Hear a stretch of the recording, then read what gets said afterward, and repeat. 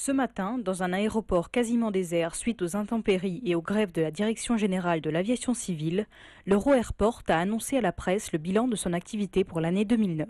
L'année 2009 a été une année forcément mouvementée, puisqu'on est comme tous les acteurs économiques dans la crise économique, mais nous terminons mieux l'année que nous l'avons commencée, donc c'est quelque chose pour nous de très positif. Avec 3,85 millions de passagers dans l'année, l'aéroport connaît une baisse de 9,6% de son trafic. Une baisse qui touche aussi le fret à hauteur de 16%.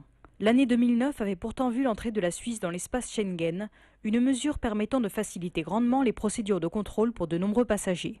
La concurrence de l'aéroport allemand de Baden-Baden y est peut-être pour quelque chose. Il a également été touché par la crise, mais dans de moindres proportions, avec 4% de passagers en moins comparé aux 9% de l'Euro-Airport. Nous avons beaucoup de clients français, ils reviennent ici. Oui, parce que l'aéroport du Baden-Baden, c'est pas loin de la frontière de la France.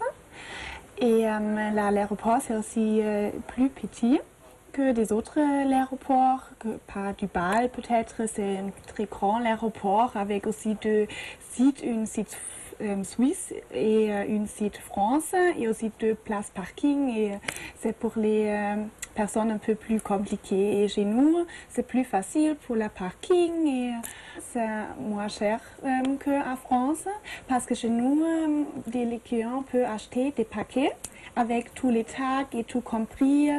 Et chez nous, il y a beaucoup de destinations pour le départ ici.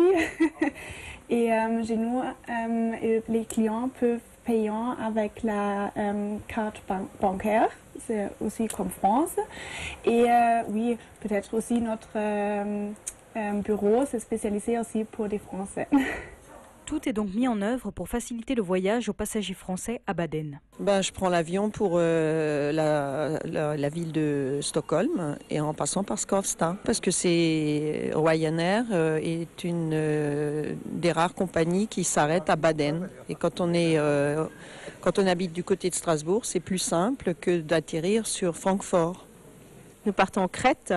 On est déjà parti d'autres aéroports, mais c'est vrai que l'année dernière, on est parti d'ici et ça nous convient. Parce qu'il est proche de chez nous et que pour partir en vacances, c'est bien plus pratique. Une concurrence allemande que l'Euro-Airport cherche à amoindrir par deux grands projets ambitieux dans les années à venir, un parc hôtelier à 300 mètres de l'aérogare et le fameux raccordement ferroviaire. La liaison ferroviaire, c'est un projet qui nous tient particulièrement à cœur. C'est un problème de vision de ce que doit être un aéroport et comment il peut desservir la région au mieux. Et nous pensons très profondément qu'un aéroport de demain doit avoir une desserte ferroviaire. Donc nous continuerons à militer en faveur de ce projet, à l'expliquer, à le travailler. Et bien sûr, il y a énormément d'explications à donner. Et puis derrière ces explications, il y a quand même un problème des aspects budgétaires. Celui qui dit oui doit s'engager parallèlement à donner un petit peu de moyens. Et donc forcément, c'est pas un blocage du tout, mais c'est un pas difficile à franchir. Et nous continuons à obtenir ce type de pas d'un maximum d'acteurs. Et nous sommes très confiants sur l'avenir de ce projet. Des projets qui, malgré le bilan maussade de l'année 2009, offrent de belles perspectives économiques pour la région. D'autant plus que les spécialistes rappellent que malgré les crises, le trafic aérien double en réalité tous les